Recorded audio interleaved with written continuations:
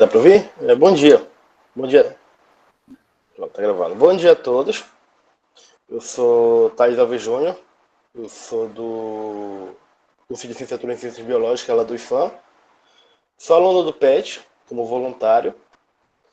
E também trabalhei como PIBIC no INPA. Eu já trabalhei com essa área de macrofungos. Eu trabalhei em um projeto lá. Agora eu tô em outra área, mas aí eu quis fazer um pouquinho dessa área nesse mini curso para vocês. Tá. Eu vou começar a apresentação aqui. Esse curso vai ser um pouquinho dinâmico. Eu trouxe uma apresentação para mostrar para vocês as características que eu quero que vocês vejam, mas também vai ter momentos que eu vou voltar aqui do navegador para mostrar uns sites e vai ter um momento no final que eu vou passar um link e vocês vão fazer uma mini atividadezinha. Vou começar a apresentação aqui. Bem, esse é o mini curso que a gente está ofertando de identificação de macrofungos. E vocês podem ver aqui, você já deve ter visto, né? Cogumelos, fungos por aí, mas muitas vezes a gente não sabe o que é, a gente fica curioso, né? Pode comer, faz mal, pode matar e tal. E essa parte de identificação é essencial, a gente vai ver lá na frente um pouquinho, para entender a importância desses organismos. Tá. O que são macrofungos? São aqueles pertencentes ao reino fungi, né? Mas especificamente são representantes oriundos do filo Ascomycota e Basidiomycota. São os Ascomycetes e Basidiomycetes, aportuguesando, né? Os macrofungos têm uma característica que diferencia ele dos fungos microscópicos, que é a formação de um esporocarpo, um corpo de frutificação. Aqui geralmente a gente vê o cogumelo, a orelha de pau, o bicho estranho que a gente vê, né? Às vezes é uma meleca lá, às vezes sei lá, parece um dedo assim de morto. Tem várias formas que esse esporocarpo pode tomar. Esses esporocarpos têm estruturas produtoras de esporos, que são, no caso dos ascomicetos, são os ascos, e dos basidiomicetos são os basídeos. Aqui eu tenho dois exemplos. O de cima aqui é um ascomiceto. Eu vou falar um pouquinho mais sobre ele, mas ele tem um ascocarpo, que é uma estrutura parecida. O asco... Opa, esqueci de compartilhar. Desculpa. Putz. Tá. Tá inteira. Mas aí Relaxa, tava no acontece primeiro com o remédio. slide, então tá tranquilo. Tá, pronto. Agora dá pra ver, né? Pronto. Tava no primeiro slide. Não tá abrindo. Agora. Pronto. Tava no primeiro slide, então tá tranquilo. Então, como eu vinha dizendo, são... Esses macrofungos, eles têm essas estruturas produtoras de esporos. No caso dos ascomicetes, essas estruturas... O nome asco vem de saco, né, eu acho que é em latim. E parece mesmo uma bolsinha, assim, onde ficam alojadas os esporos. Os esporos são produzidos dentro dessa bolsinha e quando ela se rompe, eles são liberados. Os basídeos, eles são estruturas parecidas como se fossem dedos. Eles ficam nessa região aqui da lamela. No caso, essa lamela aqui, como vocês podem ver, pode tomar outras formas, mas essencialmente fica nessa região do imênio, né, do fungo. Isso aqui, essa região se chama imênio. E esses basídeos, eles produzem esporos. Esses esporos são liberados conforme vão ficando maduros. Tá. Primeiro, eu vou falar logo como coletar e armazenar, porque para identificar é muito importante que a gente saiba como coletar o fungo, como acondicionar e armazenar. Quando a gente vai... Opa, não está aparecendo a apresentação? Vê se não está fixada aí a tela de alguém, a câmera de alguém. Aqui no telefone está aparecendo, mas verifica aí. Está com... Continua. Tá bom. Ele deve ter fixado a imagem. Deve ter fixado a imagem. Tá. Como coletar e armazenar? É muito importante saber como coletar e armazenar, porque na fase de identificação, para saber qual que é esse fungo que tu tá vendo, por exemplo, tu vai na trilha, no Parque Sumaúma ou no Musa, ou você vai no quintal da sua casa, ou sei lá, na sua faculdade. Como você faz para identificar o fungo? A primeira etapa, mais importante, é a coleta. Coleta, registro, coleta, acondicionamento e armazenamento. E o que a gente vai precisar para depois a gente conseguir identificar? Primeiro, o mais importante de tudo, eu botei aqui embaixo, mas o mais importante, hoje em dia, é uma câmera. Pode ser de telefone, pode ser profissional, é importante que seja uma câmera que tire uma foto assim boa. Por quê? Lá na frente a gente vai ver as estruturas dos fungos, elas são essenciais na identificação do mesmo. Por exemplo, o estípio, o talinho, né? Que a gente chama de estipe, o formato, a cor, tem vários fatores. Precisa tirar foto de como ele está na natureza, de como ele está tipo, das características dele, de como é o imênio, da cor e tal, substrato. Então, uma câmera é essencial. Para retirar ele do substrato, o que a gente vai precisar também? Uma faca, um canivete. Essa faca que eu botei aqui é uma faca própria para coleta de cogumelos. Por quê? Porque ela tem esse aspecto curvo, que você consegue cortar maior facilidade o cogumelo sem danificar a base, que a base é outro ponto de identificação importante, formato da base. E essa escovinha é para você tirar bichos, terra, porque geralmente esses fungos quando entram na natureza, é muito comum que tenha alguns bichinhos ou tenha resquício de terra, porque cai a chuva e lama e tal.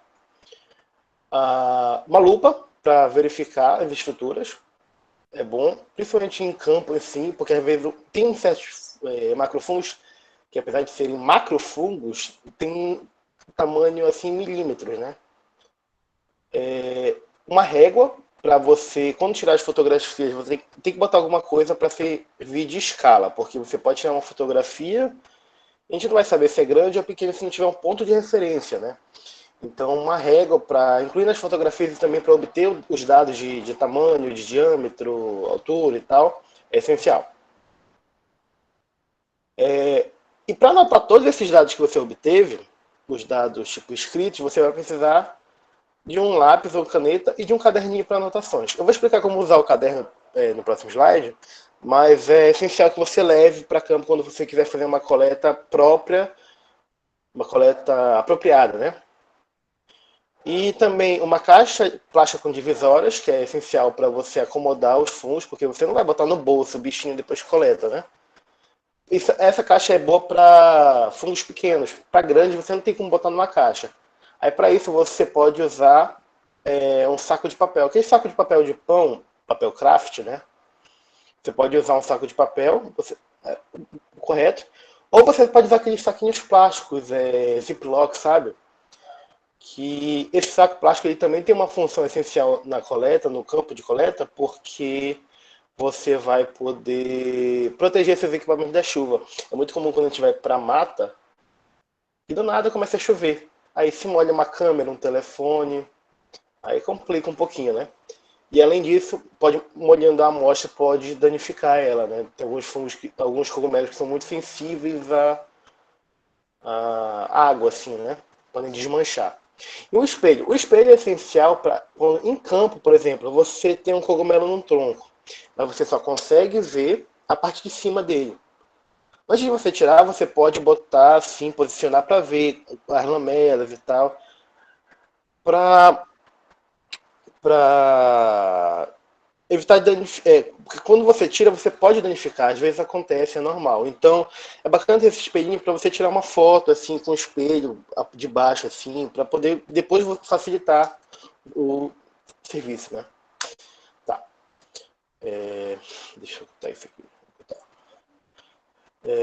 Tá. O caderninho de anotação e a câmera. Como é que a gente vai fazer o que a gente vai anotar e registrar, né, sobre esse fundo quando a gente vai lá em campo? A gente vai ver ele lá, tal, papapá. Primeiro, a gente vai anotar o nome do coletor, o código ou o número da coleta. Esse código, a minha sugestão é que se você for fazer essas coletas frequentes, né, para armazenar, sei lá, no herbário, ou armazenar na sua casa, claro, depois de forma apropriada, você cria um código. Por exemplo, o meu código é TAJ, que são as minhas iniciais, seguido de um número sequencial. Por exemplo, um fungo que eu coletei 5 fungos ontem, eles seriam TJ 001, 002 até 005. A data que você coletou, porque é muito importante saber a estação do ano.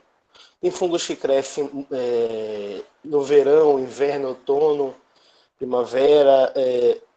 Isso ajuda também na hora da identificação. Aqui na região amazônica a gente tem o muito quente com chuva, né? Então, mas ainda assim facilita, porque tem certas épocas que certos cogumelos crescem. Tem alguns que crescem mais no início do inverno amazônico, tem uns que frutificam mais no final do inverno, e assim vai. O grupo do macrofungo, se você já puder identificar, a gente vai falar um pouquinho disso mais adiante. O substrato, é muito importante você registrar o substrato, porque o substrato é um fator crucial na identificação. O fungo ele pode crescer em madeira em decomposição, ou seja, em troncos, né? Pode crescer na liteira, ou seja, em galhos caídos, galhinhos, né? Em folhas. Pode estar crescendo diretamente no solo, isso também acontece. Se ele estiver crescendo numa árvore também, essa árvore, que nem eu falei, ela geralmente é uma árvore em decomposição, mas ela pode ser uma árvore viva também, porque existem macrofungos parasíticos que estão lá na árvore viva, pendurado na árvore e parasitando daquela árvore. E é essencial, quando for uma árvore, tanto viva quanto morta, se for possível, você identificar qual espécie é. Por exemplo, eu achei um fungo que está crescendo num pé de sumaúma, numa sumalmeira, né? Uma sumaúma, Silva petonandra. Ou está crescendo, sei lá, numa mangueira, mangueira índica. Você anota o nome, se não souber o científico, só anota o nome comum, depois você complementa com o científico. Por quê? Alguns fungos têm relações específicas com certas espécies. É comum, por exemplo, não aqui nessa região, eu vou citar um exemplo muito conhecido, não aqui nessa região, mas em regiões temperadas da América do Norte e Europa, existe um fungo que é muito utilizado de forma medicinal, que é chamado de chaga. Que ele é usado para fazer chá e tudo mais, tem propriedades medicinais. Inonotus obliquus, eu acho que é o nome. Ele cresce num tipo específico de madeira. Existem fungos que são muito parecidos com eles, mas a forma mais fácil de identificar, além de, claro, ver o interior e tudo mais, é a madeira, porque ele é específico de uma madeira, eu não sei qual é o nome brasileiro dessa madeira, mas em inglês é birch o nome. Então, assim a gente identifica se é ou não é, usando pela madeira. Tá. Fotografias. Como eu disse, as fotografias são essenciais para a identificação. Por quê? Porque quando você está em situ, assim, no lugar que você encontrou o fungo, ele está de um jeito. Mas no momento que você tira ele já começa a sofrer alterações. Alguns são mais resistentes a sofrer alterações, outros, quando você tira, ele já começa a desmanchar. Ou quando você está levando para sua casa, para o seu laboratório, ele pode se quebrar, dentro da sacola pode desidratar, quando desidrata pode perder a cor. E tem várias coisas que podem se perder no caminho e que vão dificultar a identificação. Então é essencial que você tire o máximo de fotografias que der. O que der na memória do telefone e da câmera também, né? Não dá para superar isso. Cheiro, cor. Isso aí você vai... Depois que você tira o fungo, você vai ver, ó, vai pegar ele, vai cheirar, vai ver, ó, tem algum cheiro característico. Geralmente eles têm cheiro de madeira morta. Madeira morta ou liteira, é comum. Mas aí tem alguns fungos que são identificáveis por certos cheiros característicos. Tem alguns que apresentam cheiro meio de fruta, tem alguns que apresentam cheiro de alguns vegetais, que mimetizam, né, alguns vegetais. Tem alguns que apresentam cheiros químicos, tipo fenólicos, assim, pungentes, assim. Então é essencial que tu anote, porque isso também pode ajudar na identificação. A cor. A cor também é um fator crucial. É amarelo, é vermelho. É o vermelho mais clarinho ou o vermelho mais vibrante? Ele mancha de alguma forma. Não, acho que não, ele mancha de alguma forma. Eu tenho uma foto de um cogumelo manchado lá na frente, eu vou mostrar como é que é. Porque o ato dele manchar, quando tu toca ou quando ele é exposto ao ar, que ele oxida, também é um fator de identificação em alguns fungos. Ele produz látex, ou sai algum líquidozinho dele, que é o que a gente chama de exudato, né?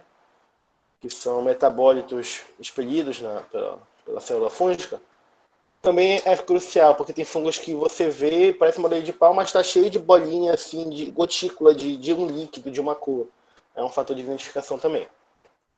Tá. Como é que a gente coleta? Com a faquinha, com o bisturi, com o canivete que você tiver, você tenta preservar o máximo que der do fungo. Ou seja, se ele estiver num tronco, tenta cortar abaixo da base dele, um corte limpo, abaixo da base do ponto de contato. Se for uma orelha de pau, existem fungos ressupinados que crescem, por exemplo, aqui está o tronco, ele cresce rente assim. Então tenta tirar o máximo que der do substrato sem danificar o fungo. Por quê? Porque, como eu disse, a base, o formato da base também, a gente vai ver lá na frente, é um fator de identificação. Evitar danificar, né, a espécie. Como é de condicionar? Quando eu falei, você tirou, você pode botar numa caixinha divisória, eu tenho uma aqui do meu lado. Você bota numa caixinha divisória, ou em sacos de papel craft, são ideais. Saco de papel de pão, né, também, que é a única diferença do papel, o saco de pão é que tá com a marquinha lá da padaria. E tenta acondicionar separadamente. Por quê? Porque os fungos, eles, mesmo tu retirando eles do substrato, eles estão liberando os esporos. Os esporos, eles são um fator de identificação. Então, por exemplo, você vai abrir essa sacola, tá cheio de fungo diferente. Aí você vai ver uma cor amarela, uma cor verde, uma cor preta, assim. Não vai saber quem é quem. Então, identificar o ideal é cada um no seu saquinho. No saquinho você também anota tipo, o código de identificação para você comparar no caderno também e não se perder depois. E se for na caixinha, você bota o papelzinho com o código que você criou no caderninho para esse bicho. Sacolinha de plástico também, que nem eu falei, dá para fazer isso. E como preservar? Os fungos, eles tendem a sofrer o processo de apoptose, né, quando eles são coletados, os cogumelos. No caso, alguns, tipo, você tira e rapidamente ele desmancha. Alguns você tira e fica lá, ele seca sozinho. O ideal para preservar é secar em estufa. Ao sol pleno, você pode secar tipo naquele vapor do calor, tipo fazer uma fogueira. Os índios, eles têm uma técnica que eles fazem, tem um suporte assim, e acendem uma fogueira embaixo, né? E aquele calor da fogueira, de longe, assim, claro, para não cozinhar o bicho, mas só aquele calor, aquele ar quente passando, ele seca também. Então, que nem eu falei, é essencial registrar antes, porque depois que você seca o seu fungo, você vai estar alterando a morfologia dele. Então, faça um registro depois, preserve a condição. Tá. E como é que a gente vai identificar? Eu vou falar rapidinho disso aqui, porque tem que falar. É a parte de... Atualmente, a forma mais precisa de se identificar um macrofungo, um fungo no geral, é usar técnicas moleculares. Mediante esse seu funguinho seco ou em campo, você pode fazer uma extração de DNA dele, DNA ou RNA, de material genético, e tem certas técnicas que você pode usar, por exemplo, DNA barcoding da região ITS1 e ITS2, né, do RNA ribossomal. sequenciamentos tipo shotgun, fluorescência in situ hibridizada, que é a FISH, né? Tem várias técnicas, mas a identificação molecular por técnicas moleculares é a mais precisa. É aquela que você vai chegar à sua espécie de forma garantida. Só que aí você precisa de um laboratório. Não é para todo mundo, né? O propósito disso aqui é trazer uma forma mais, vamos dizer, facilitada, né? Uma forma que todo mundo possa usar.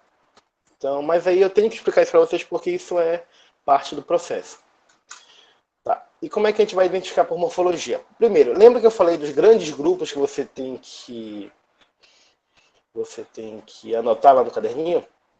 Então, dos macrofungos, a gente trabalha com... Os macrofungos, eles são representados por ascomicêtios e basidiomicêtios, que eu falei, que apresentam esporocarpo. Esse esporocarpo, a gente consegue identificar se é um ascomicete ou um basidiomicete pelo formato. Os ascomicêtios, eles têm um formato mais de copo, assim. Tem formato de copo. Eles têm um formato mais diferentezinho, assim, mais incomuns. Por exemplo, um formato mais de copo, que a gente chama de apotécio. O peritécio, ele é uma bolsinha fechada, você encontra mais em fungos, tipo, parecem uns palitinhos de fósforo, assim. Que tem ascocarpo do tipo peritécio.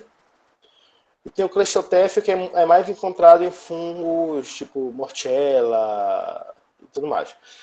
Mas selecionar o grande grupo assim já ajuda. Nos basidiomicêtios, aqui eu falei dos ascos, aqui, ó, os saquinhos com esporos dentro.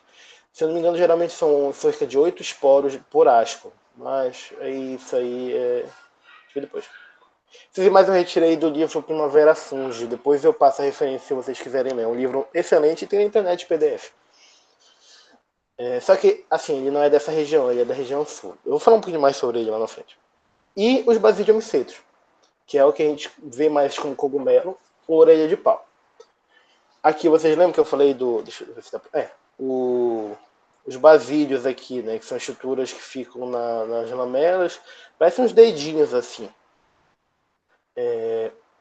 Existem dois grandes grupos, né, de basidiomicêtios. Não são, é uma taxonomia em desuso, mas facilita na hora da identificação. São himenomicêtos, que são fungos que apresentam imênio, e os gasteromicêtos. Os himenomicêtos é o que a gente vê mais, os comuns cogumelos e orelhas de pau. Eles apresentam estruturas que liberam esporos e que ficam expostas, assim, que podem se dar na forma de poros, dentes, lamelas, dentre outros. E os gasteromicêtos, que eles têm uma estrutura chamada gleba. Dentro da gleba que ficam os esporos. E faltou falar, dos himenomicêtos, a dispersão dos esporos ela é passiva. Ele vai sendo liberado e vai sendo levado pelo vento, vai sendo e tal. Os gasteromicêtos é um pouquinho mais ativa. Ele depende de, por exemplo, gotículas de água baterem na gleba ou certos bichos andarem por lá e cederem os esporos e tudo mais para propagar. Os gasteromicêtos, eles usam mais da dispersão, fazem uso também de dispersão balística. E alguns gasteromicêtos, eles têm uma estratégia que eles usam do odor, que nem eu falei, o odor é um fator crucial na identificação, para atrair moscas, vários bichigó de coisa podre, né? Para atuarem como dispersores de esporos. Tá, vou voltar aqui um pouquinho. A gente vai falar um pouquinho dos himenomicêtos aqui, que são os conhecidos como cogumelos. Vou falar aqui. A estrutura de um cogumelo padrão, que é uma forma de corpo de frutificação, ela é composta por um píleo, que é o chapeuzinho do cogumelo, o himênio, que é essa estrutura, a parte fértil, né? Que fica no inferior geralmente fica inferior ao píleo, que é aquelas lamelazinhas, os poros, os dentes, Tipo, tem uma que é tipo venosa, que é as falsas lamelas, né? O stipe, que é o talinho do pezinho barra talo, né, do cogumelo. Esse anel, que é remanescente do véu parcial, que é um véu que quando o cogumelo está frutificando, ele pode ser recoberto por um véu. Esse véu, quando ele vai saindo, ele vai sendo rompido. Em alguns fungos você não vê esse anel. Também é por isso que é um fator de identificação. Alguns fungos, esse véu, ele pode ter várias formas, né? Vários formatos. E ele pode ser móvel ou não. A volva é também remanescente do véu. E ela pode ou não estar presente em fungos. É um fator também de identificação.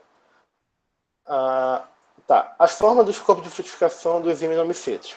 A gente tem fundibuliforme, que ele parece um funil assim. Parece um funil. E geralmente as lamelas são decorrentes, que elas vão descendo pelo chip, elas vêm daqui e vão descendo. Deixa eu ver, tá bom para baixo. Vão descendo. Tem esses flabeliformes, que eles são bem acentuados, tá vendo? É bem... Tem os espatulados, parecem umas espátulazinhas. Petaloides, parece uma pétala, tem esse formato. Claviformes, parece um bastão. Caliciformes.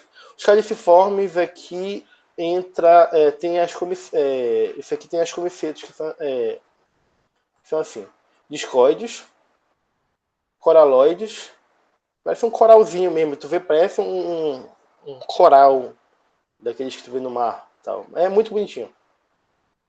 Geralmente os coraloides têm representantes do gênero, tem coraloides que são comestíveis, mas aí vai depender da sua identificação. Cerebriformes, geralmente são fungos gelatinosos.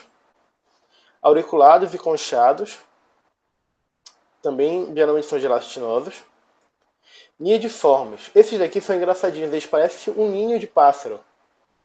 Eu posso mostrar para vocês depois, mas é engraçado, eles têm um copinho assim, e tem tipo uns ovinhos dentro, tipo como se fossem os ovos de passarinho, mas não, são os ascos, né? Estrelados. Aqui a gente já tem um gasteroide. Faloide também. Faloide vem de falo, né? De estrutura... Cogumelos. São os que a gente está mais comuns, né? Globosos. São tipo um balãozinho assim. Aqui, orelhas de pau, que são mais rentes assim, né? O tronco.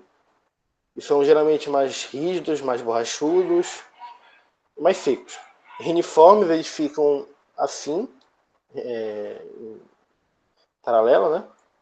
E os geniformes e os gemidiados, eles têm essa direção, mas os geniformes, eles têm esse pezinho aqui, tá vendo? Esse stipe aqui presente. Crostosos, que aqui eu falei, são também chamados de ressupinados, que eles crescem rente ao tronco. O tronco está aqui, eles crescem assim, e a superfície, o emênio deles fica nessa região externa da crosta. E efuso é reflexo. Tá.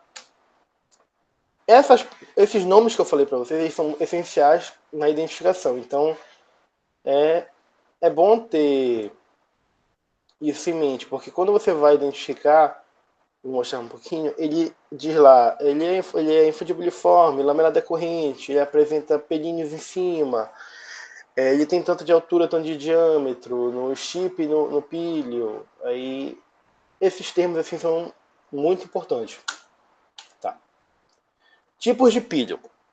Quando a gente fala aqui, ó, tem o pílio convexo, campanulado, cônico, globoso. Um bonado que ele é tipo esse mamilo aqui, depresso, que ele tem essa depressãozinha aqui, bem leve. Fundibuliforme, que ele é como se fosse um funil mesmo. Acho que eu tenho aqui se eu consigo mostrar para vocês. Mas acho que tem na foto também. Aqui, esse aqui é um infundibuliforme. Aqui, vocês podem ver que é um buraco mesmo, ele é bem afunilado. Aplanado, ele é tipo um prato assim.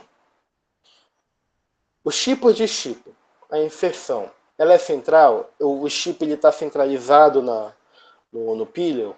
Ele é lateral? Quando ele está completamente, ele está anexado à lateral do píleo? Ele é excêntrico quando ele não está centralizado, porém ele está perto da lateral, e também ele não está na lateral, ele está mais perto da lateral do que do centro. Ele é dorsal, ele vem por cima do píleo. A forma da base, é o que lembra que eu falei que isso aqui também, por isso que a gente tem que preservar a base. A base é cilíndrica, tipo, ela tem um tamanho uniforme de cima a baixo do chip. Ela é afilada, ela vai afinando conforme vai chegando na base. Ele é bulboso, tipo, é como se fosse meio um bulbo mesmo, como se fosse um bulbo de cebola, de cebolinha e tal. Ele tem volva. A volva é aquele remanescente do véu, ele fica por cima da estrutura bulbosa aqui, como se fosse uma pelezinha. O anel, ele tem, quando a gente fala dos anéis aqui, ele tem anel no presente. Esse anel, ele é caído para baixo, súpero, né? Ou ele é ínfero, caído, a pelezinha, o resto do véu, ele é para cima, assim. Os tipos de himênio, lembra que eu falei das lamelas? Quando ele é lamelado, né? Os tipos de himênio, da inserção, né?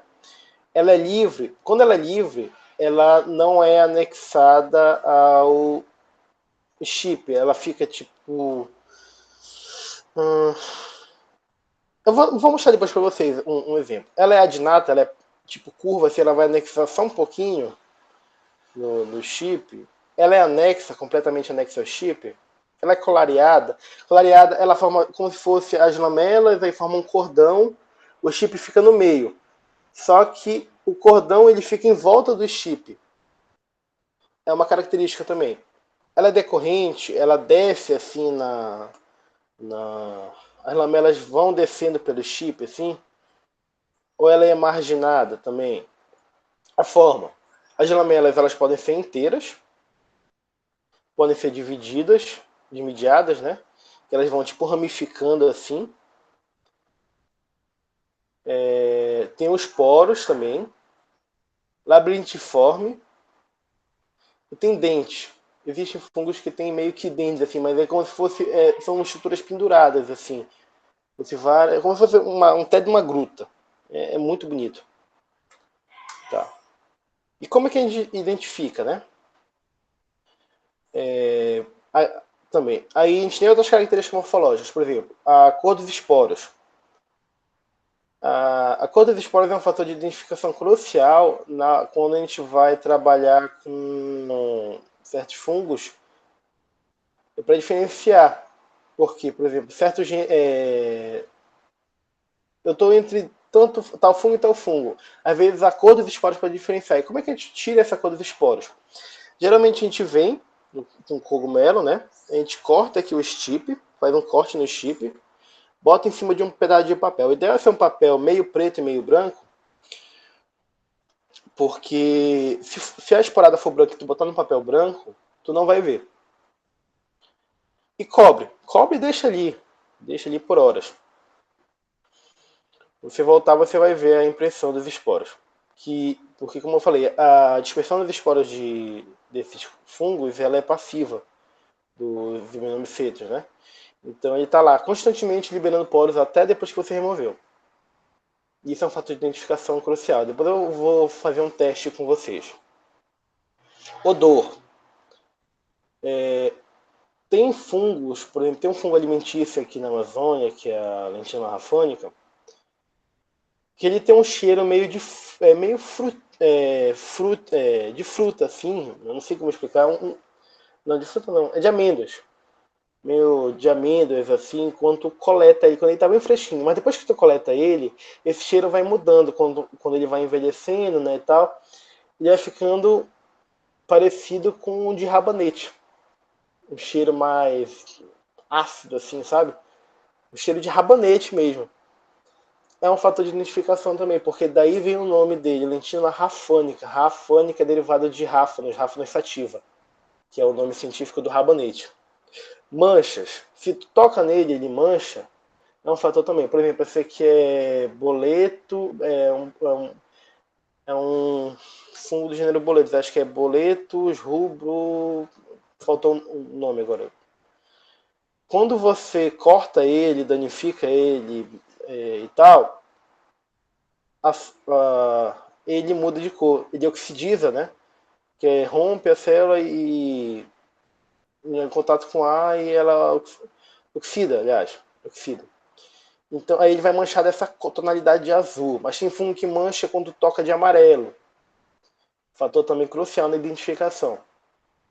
Esse aqui, bora lá. Esse aqui é um fungo, um boletos. Os boletales, a ordem boletales, ela tem como, essa característica dessas... Esse himênio aqui, vocês podem ver que são poros. Tá vendo aqui? São poros. E... outra coisa que faltou botar. Isso aqui é também crucial na identificação, quando você faz um cross-section do fungo, um corte assim, transversal a ele. Por quê? Porque alguns fungos têm isso aqui, essa região aqui do chip, oca. Essa região, se ela for oca, ela também pode levar à identificação. Quando você corta, ela pode, como eu falei, pode manchar. Outra coisa que pode identificar. E também quando for um fungo que você quiser consumir, às vezes pode ter bicho aqui dentro, porque é muito comum ter larvas de insetos, ter nematodos e outros bichos aqui que consomem esses fungos. É muito comum. Aí também ajuda na hora de higienizar, né?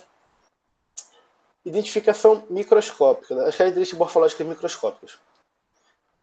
Quando a gente tem aqueles esporos, né, a gente pode botar botar alguns em lâminas e pode identificar o formato. Existem, esse aqui é uns exemplos de formatos: globoso, subgloboso, elíptico, oblongo, espinoso, com pedicelo. O formato e o tamanho dos esporos também é um fator de identificação quando a gente vai comparar com a literatura. A cor também dos esporos. Lembra que os esporos eles têm essa cor? No microscópio também vai apresentar essa cor. Vai dar para ver. Reação a hidróxido de potássio. Alguns fungos, quando você joga essa base, eles meio que aparecem assim. Eles surgem, né? Alguns você não consegue ver, mas a reação a hidróxido de potássio também é um fator. O formato das estruturas produtoras de esporos. O formato dos ascos, dos basídeos. Você pode ver aqui. Esses aqui são basídeos. Tá vendo? Parece um dedinho assim com as pontinhas. É nessas pontinhas aqui que ficam os esporos. Os basidiolos também, que são os basídeos, são aqui jovens. E os ascos. Existem o formato específico deles também é fator de identificação. Só que isso é mais do lado microscópico. Você vai precisar de microscópio, precisar levar tudinho, mas também é uma forma de se identificar pela morfologia. Tá. E para que a gente tem que identificar esse fungo, né? Finalmente, a grande pergunta: para que a gente tem que ter todo esse trabalho de decorar esses nomes chatinhos para identificar?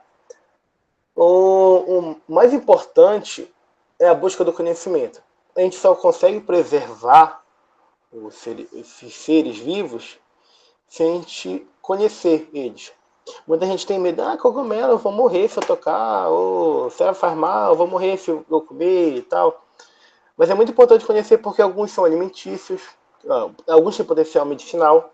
Por exemplo, tem esse daqui do gênero Panos, esse aqui é Panos lecontei, mas tem do mesmo gênero, que é o Panos strigelos, ele produz uma substância chamada hipnofilina, que já apresentou propriedades anticancerígenas, antibióticas, antihelmínticas e diversas outras, contra a Trypanosoma cruzi e assim vai. Tem a cinabarina, que é produzida por esse outro bichinho aqui, que é o Pycnosporus sanguineus. Pior que eu falei o nome, tá? Esqueci esse nome. Ela é produzida por esse fungo aqui e ela tem propriedades antimicrobianas. Os índios, eles usam esse cogumelo aqui, eles trituram uma cera e passam em feridas. Essa parte muita coisa que a gente só está sabendo agora, etnias de populações tradicionais, indígenas, já sabia há muito tempo. Só que agora que a ciência está conseguindo acompanhar. Potencial alimentício. Esse bichinho bem aqui, que eu não vou falar o nome porque vocês também vão ter que ver depois, ele é comestível. Inclusive ontem eu estava no projeto de estágio, eu levei, não esse aqui em específico, o outro que eu vou mostrar para vocês, mas esse aqui também. Eu levei para os alunos da escola lá do ensino fundamental para eles provarem. E eles disseram, nossa, é gostoso. Tem um gosto similar sabe aquele restinho da panela, quando tu frita a carne, que fica aquela crostinha? Aquelas crostinhas. Também a crosta da carne tem um gosto similar. E eu fritei só na manteiga e joguei um pouquinho de sal. E é uma coisa que tu encontra no quintal da tua casa.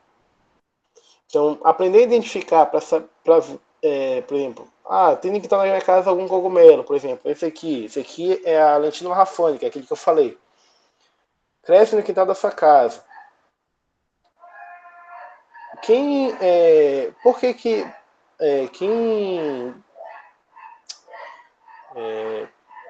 se você souber, você pode usar no seu almoço, na sua janta, pode servir para convidados, porque aquilo ali vai estar crescendo, vai estar decompondo a matéria orgânica, mas ao mesmo tempo esse corpo de frutificação vai estar servindo de alimento.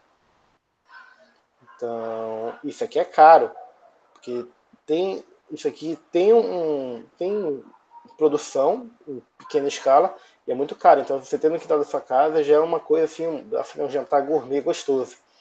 Vocês podem ver que nem eu falei para vocês, olha, porque é importante limpar. Aqui nesse aqui, que eu tirei foto, já tinha um monte de formiguinha comendo. Entendeu? Então, o potencial econômico. Tem fungos que já são...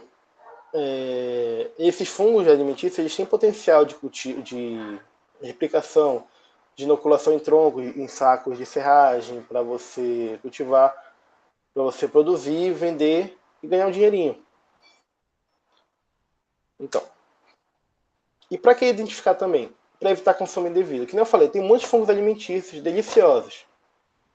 Mas um problema é que tem alguns fungos, um que parece com o outro. Nesse slide aqui, eu trouxe 3 espécies. Essas espécies não são daqui da nossa região, mas é uma coisa muito engraçadinha. Vocês podem olhar, são 3 espécies que parecem um pouco, né, o formato, você vê na natureza. Claro, aqui você consegue ver as diferenças, mas na natureza você olha assim, esse aqui é comestível, porque parece que esse aqui e tal. São 3, Flamulina velutipes, que é também conhecido como enoque, Armillara tabescens, que é o honey mushroom, e Galerina marginata. Desses 3, eu quero que vocês falem no chat aí, qual vocês acham que não é comestível? Pode falar no chat aí, vou dar 15 segundinhos para vocês jogarem no chat, rapidinho. E fala aí. Deixa eu só ver. Qual vocês acham que é comestível ou não? Estão ouvindo? Tá. São muito parecidos. 3. Tá, o Ednei falou 3 aí. O segundo, olha aí. Segundo. Olha aí. 2, o primeiro. Tá. Esse que não é comestível, eu vou mostrar a resposta agora. Tá bom, já deu. 2. A maioria foi 2, né? Mas o que não é comestível é o terceiro, Galerina marginata. Esse fungo, quando você come, ele tem uma toxina que não pode te levar a óbito. Ela vai te levar a óbito. É uma toxina que vai destruir teu fígado e vai ter uma falência de órgãos. Só que nem eu falei, é muito parecido. Mas o que diferencia esses 2 primeiros, que são muito consumidos, e, aliás, são cultivados, desse terceiro, a cor dos esporos, que nem eu falei. Os esporos do Flamulina e do Armillaria, eles são tem os esporos brancos. Enquanto do Galerina, ele tem uma cor mais marrom, marrom para ferrugem, assim. Olha como é importante saber identificar. Como é importante, tipo, olhar e fazer os testes para identificar corretamente. Olha aí, já precisa como desse. Um dos problemas das micotoxinas é que não existe assim, um remédio. Assim. Elas não tem como tu neutralizar assim tão fácil por conta da proximidade evolutiva dos fungos e dos animais. Porque o que você usa para tratar. É a mesma situação. Você tem remédios que você usa para tratar micose, mas que eles acabam causando dano à tua célula também. Essa proximidade dificulta o tratamento de certas micotoxinas. Então você come o máximo que eles podem fazer um tratamento assim, tipo induzir o vômito, ficar te observando, mas para algumas micotoxinas já existem compostos neutralizantes, mas para a maioria não. Então é muito importante saber identificar. No entanto, se você souber identificar esses outros dois aqui, eles são deliciosos. Esse aqui você encontra, a forma comercial dele parece uns macarrãozinhos. Vende, eu acho que aqui em Manaus vende no Roma, se eu não me engano. Enoque. Esse aqui é mais da América do Norte. E são deliciosos. No entanto, você tem que saber diferenciar um do outro para poder comer, né? Tá, vamos lá. Outros dois. Vamos falar otos oleários e cantarelos. Qual vocês acham que é comestível? Pode ver que eles são bem parecidos. Apesar de ter uma certa diferença, quando você está na natureza, eles podem um tomar a forma do outro. O que vocês acham que é comestível? Falem rapidinho aí.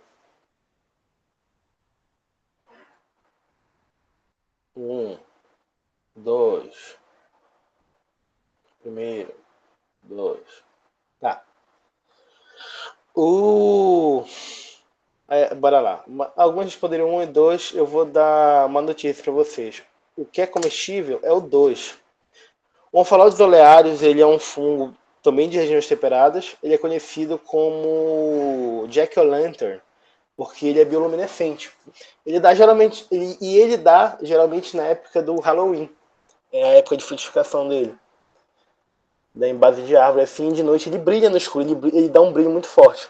Só que ele vai te causar distúrbios gastrointestinais e ele também causa alucinações, por isso que chamam ele de... causa essas alucinações. Enquanto o outro é o cantarelo cibarius. Ele é Golden Chanterelle, ele também não é encontrado aqui na nossa região. Porém, tem um fungo que é similar, que é do mesmo gênero, que é Cantarelos guianensis, que é encontrado na região daqui, do Amazonas. Inclusive, eu estava num curso, né, de campo do INPA e a gente achou uma área assim, a gente fez uma coleta de 2, 3 quilos de um cogumelo de gênero Cantarelos, que também ele tem um cheiro meio que de abricó, de fruta assim, e o que diferencia também, a cor dos esporos diferencia os dois. O Onfalodes ele tem uma esporada meio alaranjada, enquanto o Cantarelos os esporos são brancos. E as lamelas. Esses aqui, ele tem lamelas verdadeiras. Vamos falar, ó, são lamelas, tipo, você vê, são lamelas verdadeiras. Isso aqui parecem lamelas verdadeiras, mas se você for ver, são estrias. Não são lamelas verdadeiras. Ele é estriado, assim, é como se fosse uma superfície engilhada, assim, dobrada em si mesma. Também é uma característica que define. Outra coisa, você corta o cantarelo, ele é branco. Qualquer espécie de cantarelo você corta, ele é branco por dentro. Tá. Esse aqui você acha na nossa região ele também. Ele é um pouquinho mais cosmopolita. Macrolepiota procera, Chlorophyllum rhacodes, Chlorophyllum molibdite. Qual vocês acham que é comestível? Bora lá. Só mais esse e outro para vocês, só para brincar um pouquinho, para vocês entenderem a importância de identificar o fungo. 3, 2, 3, 2. Tá. Vai lá. Tá. Qual que é tóxico desse grupinho aqui? Chlorophyllum molibdite. O Macrolepiota procera, ele é conhecido como parasol, porque ele parece um guarda-chuva mesmo. O Chlorophyllum rhacodes, ele é o Shag parasol. E o Chlorophyllum molibdite, ele tem um nome peculiar, vomiter, né? Por quê? Ele faz você literalmente vomitar e defecar com sangue. Ele tem um polipeptídeo que faz você, que destrói seu estômago, destrói seu sistema gastrointestinal. e que, assim, não vai te matar, mas vai te dar uma dor de barriga muito forte. Esse clorofila eu encontrei um dia desses aqui na região, o molibdite, eu encontrei um dia desses aqui em Manaus. Eu tirei até umas fotos dele com ele e encontrei ele aqui. O que diferencia esses dois primeiros que são comestíveis? Clorofila rhacoides é do mesmo gênero, mas ele é comestível. O que diferencia? A cor dos esporos. Enquanto os dois primeiros têm esporos brancos, esse terceiro tem uma esporada única, uma esporada verde, esverdeada. Eu acho que tem a foto aqui, peraí. Deixa eu voltar aqui. Acho que tem. A esporada é essa aqui, do Chlorophyllum molybdite, tá vendo? Essa cor aqui, esverdeada, é única a ele. Então, é uma forma de identificar precisamente esse cogumelo. Bora lá, o último pra gente brincar. Agáricos campestres e Agáricos xanthodermos. O gênero Agáricos tem um fungo muito conhecido, que é o champignon. Champignon portobello, que é o Agaricus bisporos. Mas a maioria dos representantes do gênero Agaricus são comestíveis, com exceção de alguns, claro. Qual desses dois, que aliás, esse último, eu encontrei esses dois já na região de Manaus. Qual desses dois vocês acham que é tóxico? Vocês podem dizer? 2.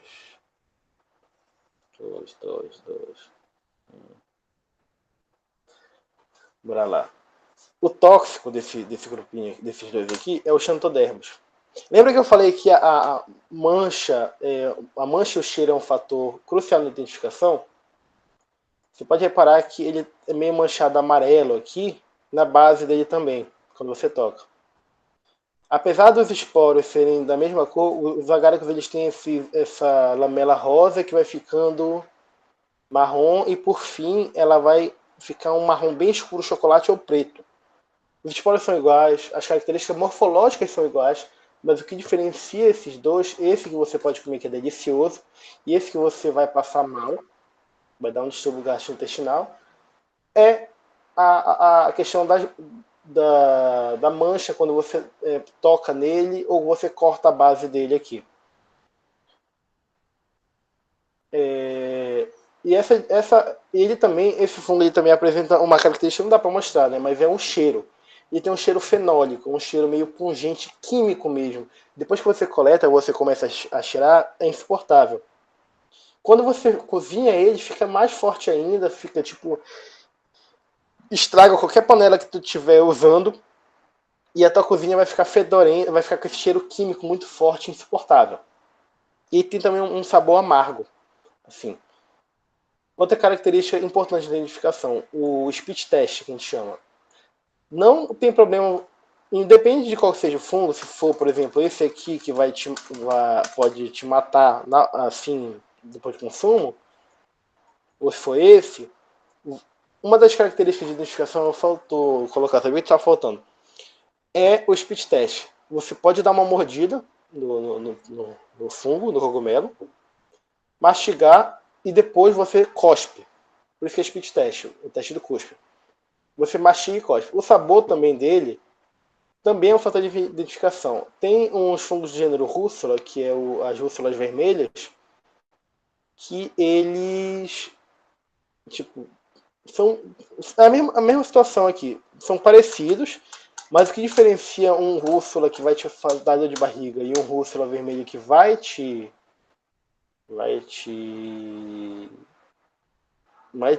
dar um belo do jantar é que o que faz mal ele tem um gosto apimentado. Tu mastiga e cospe e fica com tipo aquele ardor de pimenta na boca. Então, por isso que é importante identificar. A gente pensa, eu conheço esse fungo, mas sempre verificar quando tu coletar, sempre identificar é essencial. É essencial, porque quando você verifica, você se garante. Você está obtendo alguma coisa que vai te trazer algum benefício. Tá. E como é que a gente identifica quando a gente estiver em campo? Ou no seu laboratório, ou na sua casa. Depois que você coleta, condiciona tudinho. Existem... a forma mais fácil de usar, para você não Tal nome, tal, mas onde é que eu vou pesquisar os dados que eu tenho? Na literatura. Existem esse livro aqui de Ana Mapô, o Ana Mapô, Cogumelos da Enciclopédia dos Alimentos de Yanomami. Ele é um livro que tem, eu acho que é cerca de 27 espécies consumidas pelos Yanomami, pela população Yanomami. É um livro só de cogumelos comestíveis. Mas ele tem também as fotos de características, das características morfológicas, você pode comparar e tudo mais. Por isso que é essencial tu tirar foto, tu ter o espécime, a foto do espécime, porque tu consegue comparar a foto já retiradas. Primavera Fung, esse aqui é o que eu estou usando as imagens, porque ele, além de ele te ensinar essa parte da morfologia, ele também tem um guia de comestibilidade. Só que ele é um guia de fungos do sul. A gente tem essa variação de espécies que ocorrem na região sul, que é uma região mais temperada, região amazônica. No entanto, tem espécies que têm essa distribuição toda. O exemplo é esse aqui, ó, Lentinus crinitus. Vocês podem ver, ele tem uma indicação aqui comestível, do clima que ele gosta e do substrato. Aí ele fala aqui, ó, frutificação escoriácea flexível, em forma de funil, ou seja, ele é infundibuliforme. Aí fala o substrato, a cor, lamelas decorrentes, vocês podem ver aqui. E esse fungo aqui que está no livro da região sul, é o mesmo fungo que eu vim mostrando para vocês aqui, ó, tá vendo? Foi coletado ali perto do Parque Sumaúma, esse aqui. E ele é comestível. Ele é comestível. É um fungo que é comestível e que é relatado nesse livro aqui dos cogumelos que vocês podem ver bem aqui em cima. Tem esse da Juliana Furt, esse é o volume 2, mas tem o volume 1 também. E por que eu tenho a possibilidade de usar literatura externa na minha região, mesmo tipo as espécies não sendo a distribuição das espécies não sendo a mesma? Porque às vezes a distribuição do gênero e da família dá nessas duas regiões. Então você pode comparar, olha, esse fungo aqui que eu tenho, ele no livro aqui do Chile ou da região sul, ele se assemelha a um fungo do gênero Agaricus, de um fungo do gênero Ganoderma. Provavelmente não vai ser a mesma espécie, mas você consegue chegar a nível de gênero ou de família. Isso já ajuda muito na identificação. Tá, guia de campo. O guia de campo foi um pouquinho mais interessante. A gente vai fazer uma prática daqui a pouco com o guia de campo, vocês vão... Vai ser legalzinho. Vou dar 3 espécies para vocês identificarem, vocês vão gostar. Tá, guia de campo. Esses aqui são bem bacanas, porque, como eu falei, você tá lá no campo, você imprime isso aqui e ideia é plastificar, né, para não molhar em campo, né? Você chega, esse aqui é da Reserva Particular do Patrimônio Natural da Cristalina, ela fica ali na região do Mato Grosso, se eu não me engano. Você usa esse guia de campo, esses guias de campo, esse aqui é do cogumelo da Amazônia, foi feito por pesquisadores do INPA. Esse aqui também foi feito por pesquisadores do INPA, macrofungi da reserva da Fuduc, né?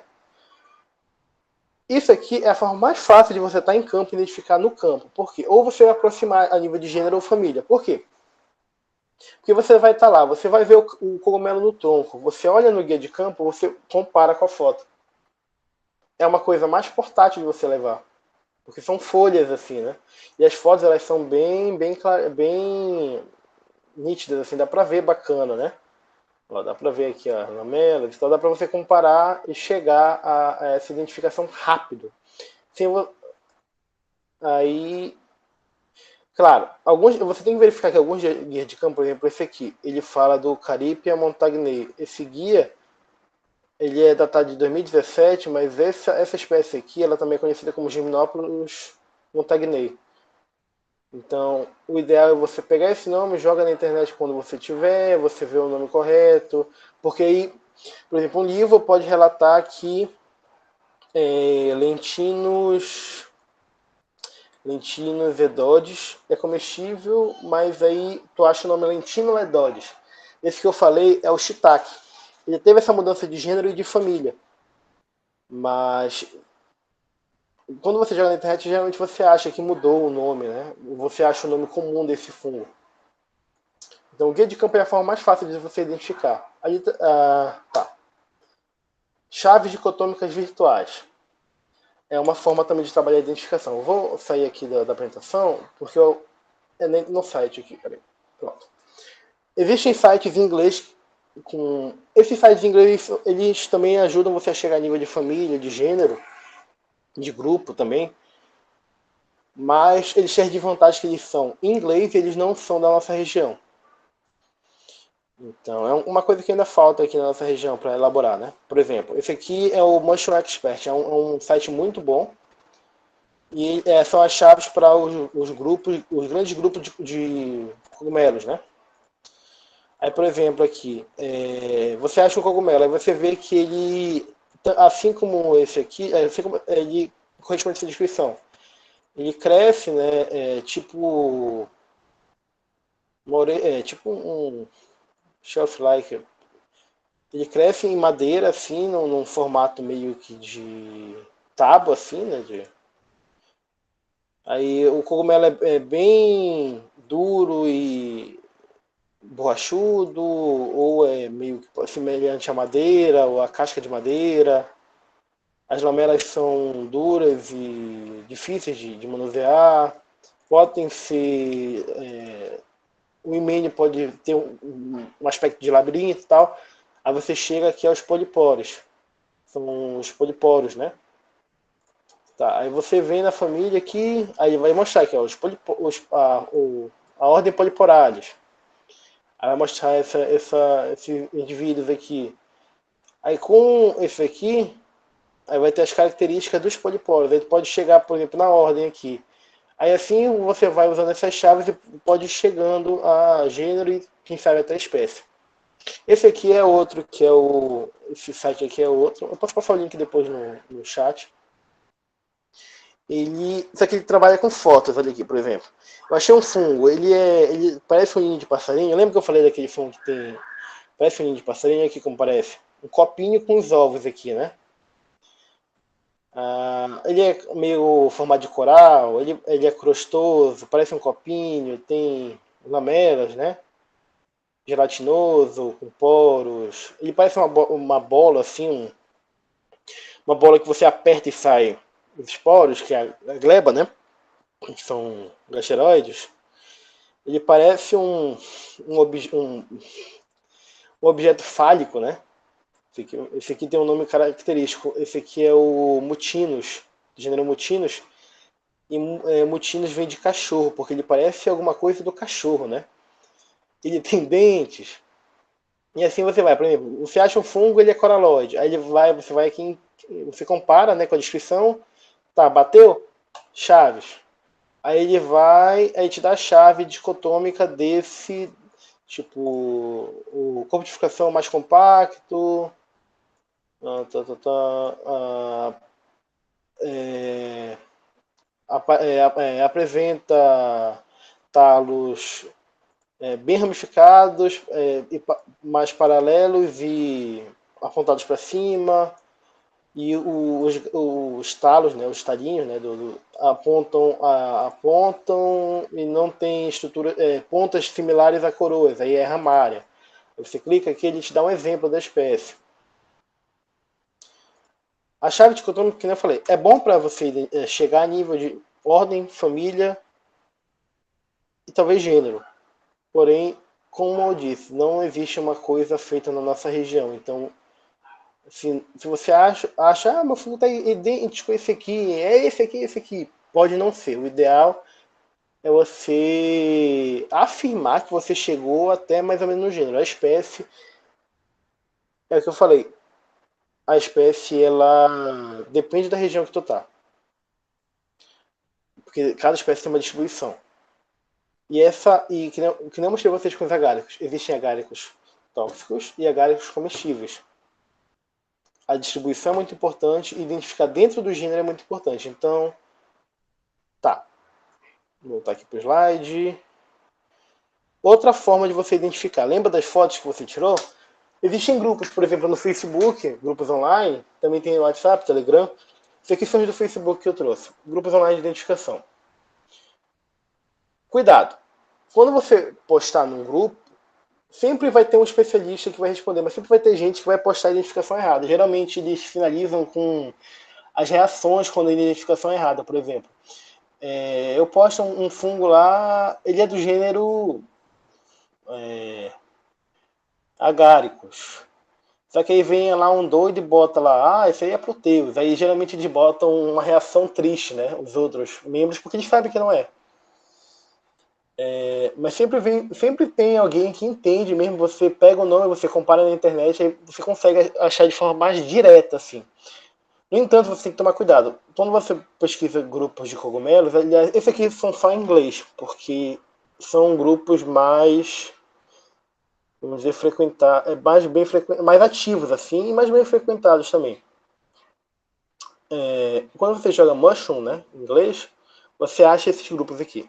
Só que, desses aqui, apenas esses aqui são de identificação. Esse aqui é um grupo de 191 membros, esse aqui de 61. Esse terceiro grupo aqui, do Paul Stamets, se você jogar um cogumelo nele, pela minha experiência, você não vai conseguir identificar. Geralmente eles falam mais de fungos medicinais, de alucinógenos, essas coisas, e das pesquisas do Paul Stamets, né? Mas não é indicado. O ideal, quando você for identificar no grupo online, é que ele seja específico para identificação, porque esses grupos têm regras. Tipo, as fotos que você deve postar uma foto que nem eu citei, você deve postar foto das características do fungo, das lamelas, do cross-section, do habitat, dele no habitat, né? Você tem que postar do jeito que está na cartilha para poder eles te dar uma identificação correta. Tem esse de crescimento de cogumelo também, que o pessoal ensina a cultivar em troncos, ferragem, solo, etc. Isso aqui é mais um grupo de meme mesmo, de alguns que crescem de uma forma bem estranha. É bacana para dar uma olhada também. Aí esses dois aqui também. Esse aqui é um pouquinho mais avançado. Esse aqui eles te pedem para postar fotos de esporos, spore print.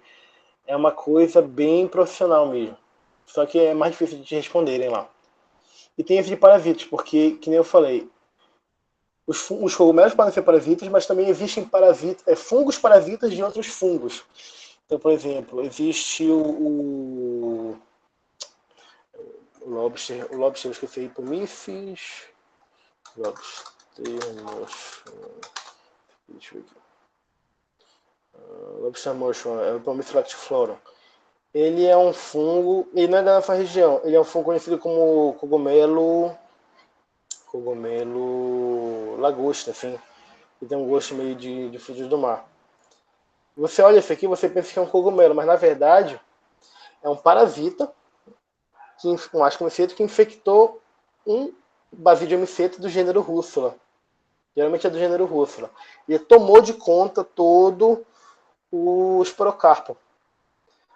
Ele geralmente toma. Geralmente esse ascomiceto toma de conta um cogumelo que antes era assim, por exemplo, entendeu? É por isso que é importante você ter uma identificação assim, trabalhada assim. Tá, vamos lá. Vou voltar aqui para o slide. Agora a gente vai. Vamos praticar um pouquinho? A gente já praticou, né? Mas bora praticar. Tá. Essa espécie aqui, eu não vou falar. Eu vou dar apenas umas características para vocês. Primeiro deixa eu passar logo no chat. Passar no chat aqui um link desse guia de campo. Aqui, ó, desse guiazinho de campo. Tá. Se der para vocês abrirem, se não eu posso abrir também. Tá. Essa espécie aqui eu encontrei em Manaus, na região do IPA do V8. Eu fui fazer uma trilha lá atrás. Eu encontrei anteontem. No guia de campo lá tem. Vocês conseguem dar uma olhada rapidinho. Quem tiver com o computador, quem tiver com o telefone também. Abrir esse link que eu mandei, que é um guia de campo da reserva cristalina. Lá tem essa espécie. Eu já verifiquei. Vocês conseguem olhar lá e tentar achar ela? Reparem nas características. Vou até ampliar aqui. O Quina especiosa, olha aí. Deixa eu ver. Aqui o chat. Especiosa, olha aí, a Carolina acertou. O Quina especiosa. Ele é comestível. Inclusive eu levei ontem ele pro pessoal da escolinha. Tá. Espécie 2. Essa espécie aqui eu encontrei lá no Musa, no dia 27/9. Lembre do guia, também tem ela. Se vocês conseguirem ver. Reparem na cor, no substrato. Sei também, eu sem querer falei o nome antes, mas aí ele tem no guia. O ideal é vocês verem no guia. Se tem. Eu encontrei no uso 27 tá. Consegue ver no guia aí? Alguém? Alô?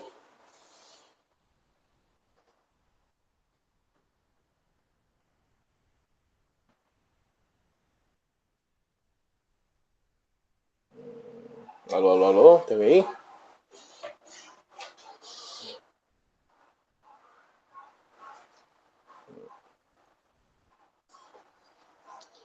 Vou facilitar aqui para eles. Deixa eu ampliar aqui. Tá de lado assim. Tá. Eu vou botar na página aqui, cadê? Vou descendo aqui, tá vendo? Tem várias espécies, várias espécies. Vou descendo, vou descendo. Cadê?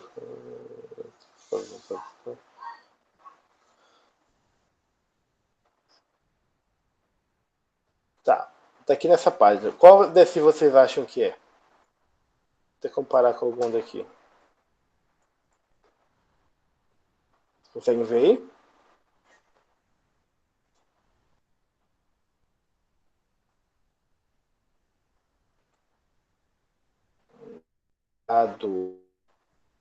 Vou pegar mais um pouquinho aqui para facilitar.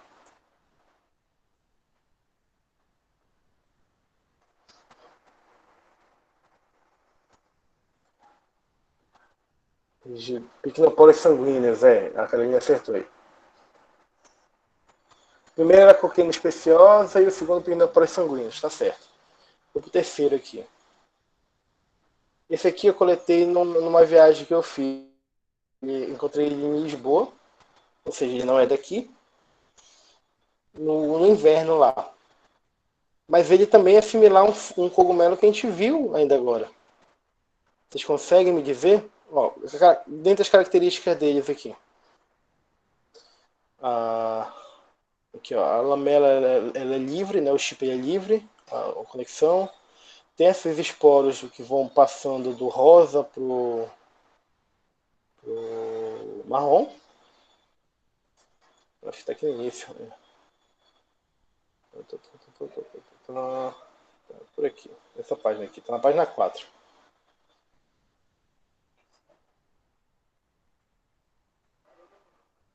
Vocês acham que é algum desses aqui?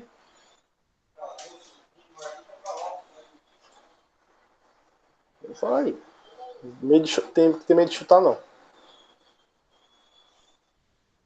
Lembra que eu falei ainda agora? Do Funk Mancha amarelinho? Será que não é do mesmo gênero?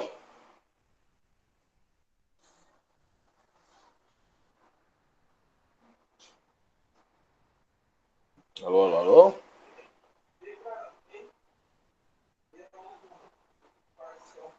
Do chat.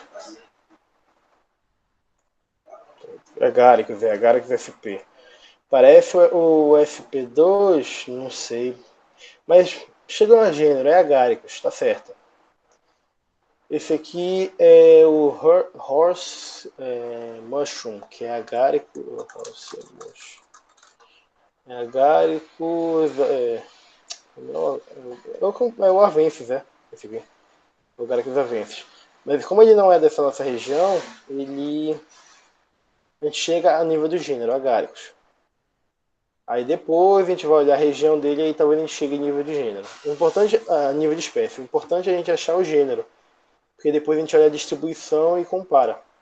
Distribuição geográfica. Tá. Então, bem.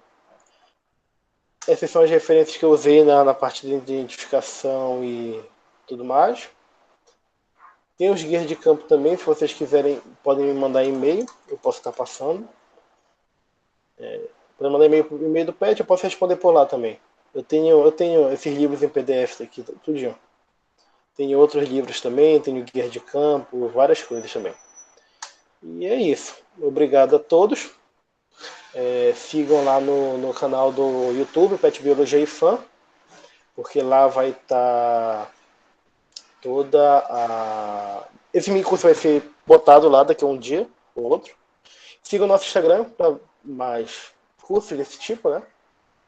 E é isso. Tem que assinar a ficha de frequência, viu? Não esqueçam disso aí sem assinar a frequência, porque senão não dá para gerar o certificado. Aí lá vocês podem botar uma notinha pro curso e tudo mais. Acho que é isso. Obrigado. Obrigado, Thales. Foi muito bom. Esclarecer algumas dúvidas também. E agora a gente vai partir para as perguntas. Então, lembrando que o formulário já tá no chat e vocês já podem também responder. Bem, a primeira pergunta é a minha. Eu sei que pode parecer meio tosco, mas existe algum macrofungo que cresce em substrato modificado pelo humano? Por exemplo, sei lá, se tiver um concreto.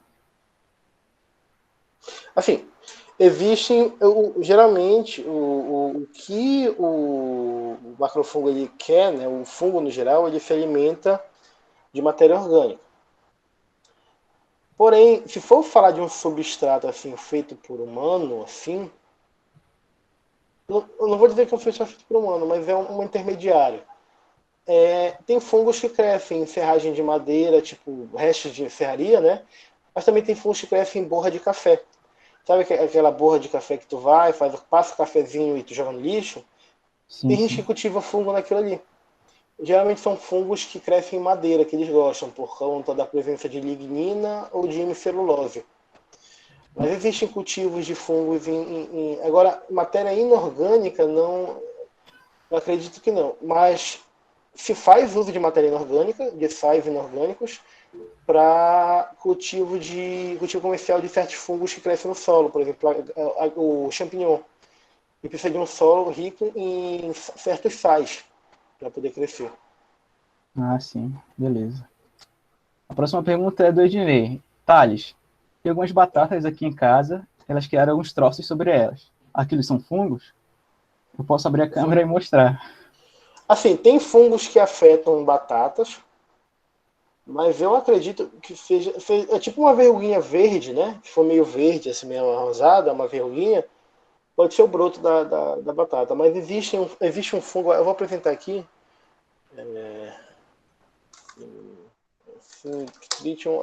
Só que ele é um Chytridium miceto. Deixa eu apresentar aqui, peraí. Apresentar a tela inteira de novo. Tá. É um Chytridium miceto. Deixa eu ver a câmera de novo aqui.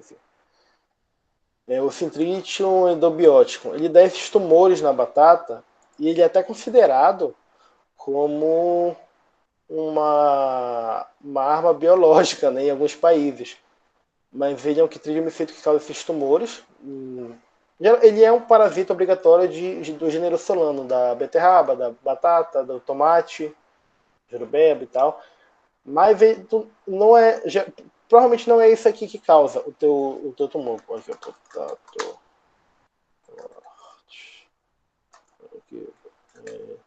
broto, batata. Aqui, deixa eu ver se tem aqui foda. Esses negocinhos aqui, talvez seja o que tu tenha isso aqui, que são os brotos da batata. Mas é isso. E lembrando que quando a batata tá brotando assim, é bom evitar de comer essa parte verde aqui também, fugindo um pouco do assunto de macrofungos, né? Mas é porque essa parte tem umas substâncias na parte verde da batata, dos brotos da batata, que não é muito legal consumir. Pode causar mal. Acho que é isso. Tem alguma outra pergunta? Beleza. Seguindo a mesma linha da pergunta do Ednei, a Johanna Primon fez a seguinte pergunta. Já vi na batata, mas aqui vejo bastante do mamão. Gostaria de saber se são fungos também. E no caso, se cortar a parte que contém o fungo, o restante pode ser consumido? Ou seja, se as ínfias já espalharam, ou se as ínfias já se espalharam pelo alimento, de maneira microscópica, ou seja, não sendo possível ver. Tá. Essa parte de consumir alimentos e frutas que você consegue ver um fungo, não é recomendado. Por quê? Quando tu vê o corpo de frutificação, né, a estrutura reprodutiva em caso de vincomicetos, de micetos e outros, quando você vê, por exemplo, no pão, você olha o pão com mofo. Tu acha que é só tirar aquela parte do mofo que dá para comer? Não. Por quê? Porque para que aquela parte do mofo aparecer, significa que o fungo ele é dividido em duas fases. A fase vegetativa, que é o micélio em si, micélio vegetativo, e a fase reprodutiva, que é a estrutura reprodutiva, o corpo de frutificação, o zigósporo, o zoósporo, etc. A parte reprodutiva, quando você vê, é porque a parte vegetativa já colonizou o substrato. Mas se eu cortar... Não, a hifra já está dentro do substrato. E o que pode acontecer? Existem certos fungos, como eu falei, eles produzem micotoxinas. E podem causar situações graves. Por exemplo, esse mofo aqui aspergilos. Esse mofo aqui você já deve ter visto em alguma comida de vocês. Aspergilos, o que é? Aspergilos, dessa cor assim meio esverdeada, assim, mofo. Ou certos fungos que são parasitas também. Se você vê no seu alimento assim, não adianta cortar. Por quê? Eles podem causar aspergilose. Opa, peraí que tá caindo. Aspergilose.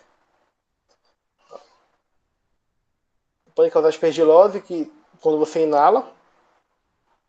E também tem certas micotoxinas produzidas pelo micélio vegetativo que já estão dentro do seu alimento, que você comer você não vai saber, você só vai sentir os sintomas. Mas o recomendado é que se tiver o fruto ou o alimento colonizado por um fungo, que for visível, não coma. É recomendado que você não coma. Beleza, beleza.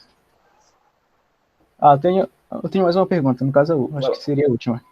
Tá. Tem algum macrofungo que libera, por exemplo, gás ou toxina gasosa de forma natural, sem interferência, sem contato? Por exemplo, tu falou que alguns fungos oxidam e mudam de cor e libera algum gás quando é cortado, né? Agora, de forma natural, existe algum fungo, um macrofungo? Ele não libera gás. Ele oxida em reação ao ar, né? O oxigênio. Isso. Mas que libera gás assim, acho que não. Até porque tem muita gente que tem medo de tocar em cogumelo, mas eles são perfeitamente seguros. Muita gente usa luva, usa pinça para pegar, mas não existe intoxicação transdérmica, né? Pela pele do fungo. E gases assim tóxicos, não. No entanto, se tu tiver algum problema, por exemplo, no teu sistema imunológico, por exemplo, tu tiver imunidade baixa, né? O que pode acontecer, que são casos que já aconteceram?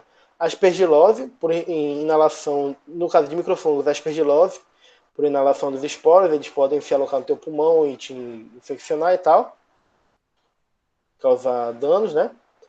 Mas em macrofungos, tem um macrofungo que eu botei até a foto aqui, que ele é considerado comestível. Esse aqui, ó, é o Schizophyllum comune. Ele ocorre... Opa, travou. Schizophyllum comune.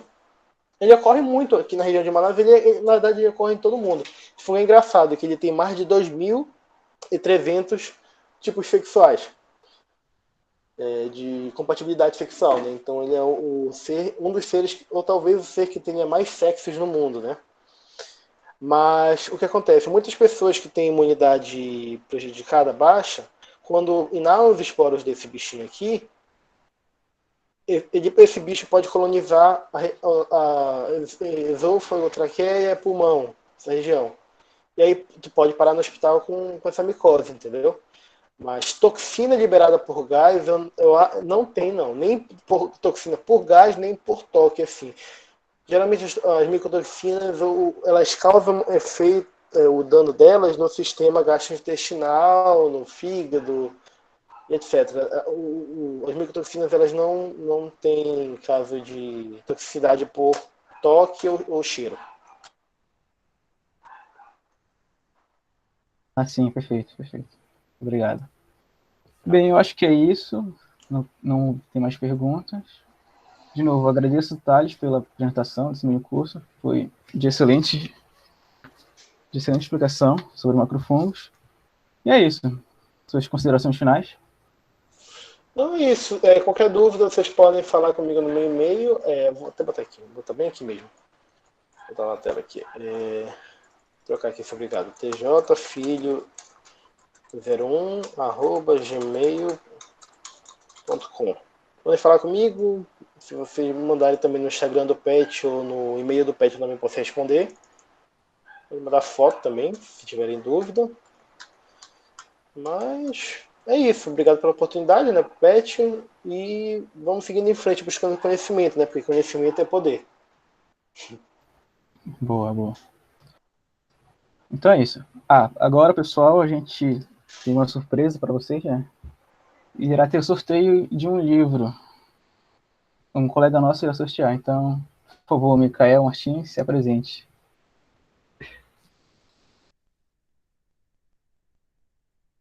Uma dúvida, qual que é o livro? Qual o livro, Micael? A Alessandra me informou, peraí. Deixa eu ver aqui, é um sobre cogumelos.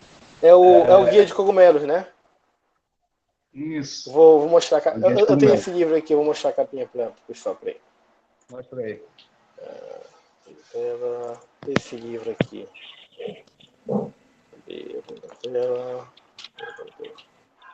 Para quem estiver interessado, é esse livro aqui. Ó. Esse livro foi uma das referências que eu usei para a coleta. Não é esse aqui? Acho que é esse. Fiquei sabendo? Vai lá, Miquel, sorteio, vou fechar aqui a câmera.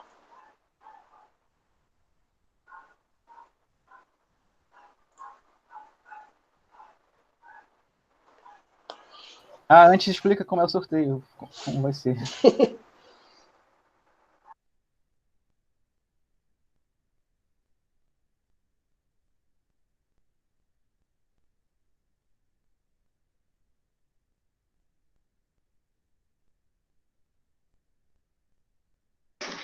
O microfone está desligado. Perdão. Continuando, vou explicar novamente. No caso, eu separei o nome de todo mundo aqui, coloquei nessa bacia, eu misturei, eu não sei quem é aqui, e no caso eu vou retirar um papel e falar o nome da pessoa, e a pessoa tem que se manifestar. Beleza? Então, começando, eu vou começar a misturar aqui. Vai ser a sorte. Geralmente é o Rian ou o Luiz que tira alguma coisa daqui. Eita! Pesou aqui, pera aí.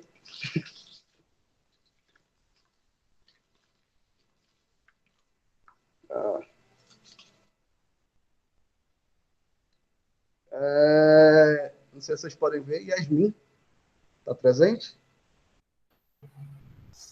Pode falar no microfone, Yasmin. Ou no chat. Oi, eu tô aqui.